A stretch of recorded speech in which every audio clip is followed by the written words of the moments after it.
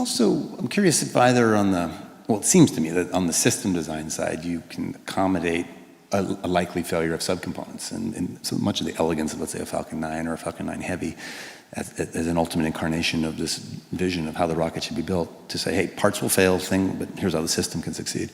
And I'm curious if there's any other thoughts along that, how to accommodate anticipated failure, and then also maybe like in managerially, is there ways that you motivate the team either in advance of failure to coach them on, hey, this is going to happen, or in the aftermath of failure to get them fired up to solve it and move forward when it might be dark times? And like, for example, notions like failure to launch, exploding on the pad, there's all these, it's a very visual, it's public spectacle when you have a setback in the rocket industry. And I'm curious how you manage around failure.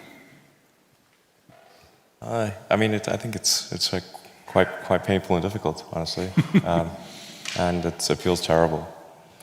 The company is sort of looking to, me to, rally them, and so I do.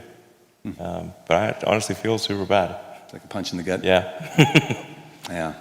I remember it's almost like like the stages of grief. I remember in Texas, it's kind of like sort of denial, and then it sort of hits us at dinner. It's like, oh my God, what just happened?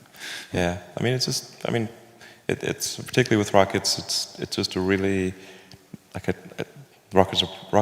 Space is hard, and rockets tend to fail, unfortunately. Mm-hmm.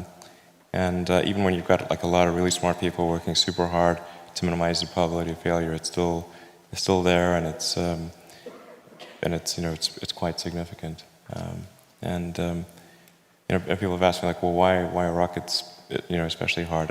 And part of it is like everything has to work the first time. Like there's no, you can't do a recall, you can't patch it. It's like 9 minutes to orbit or it's over. And then you can never test the rocket completely in the environment that it's actually going to experience. Mm. So you can't fully recreate something that's moving super fast in a vacuum on the surface of Earth. Like you can only really recreate that in space. Is that a limit of the simulation tools? Pardon me? Is that a limit of the simulation tools today, or is that a fundamental? Yeah, absolutely.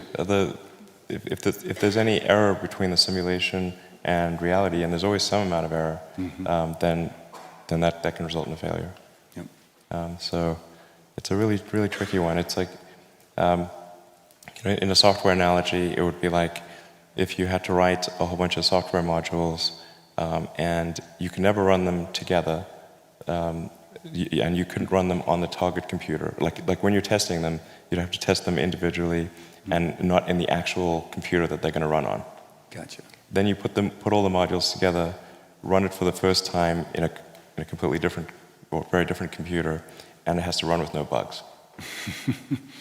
That is difficult. Yeah. The software analogies to rocket design are deep. The modular reuse, there's many of these. Like, for those who aren't familiar, it's not like this is an aerospace engineer by traditional training coming, but is in fact radically changing the industry. I think applying a CS perspective to industry after industry, I'm like, how would a computer scientist or a physicist approach the problem, which oftentimes is a solution very unlike the industry incumbents. There's a certain elegance to it, at least from the outside observer like myself.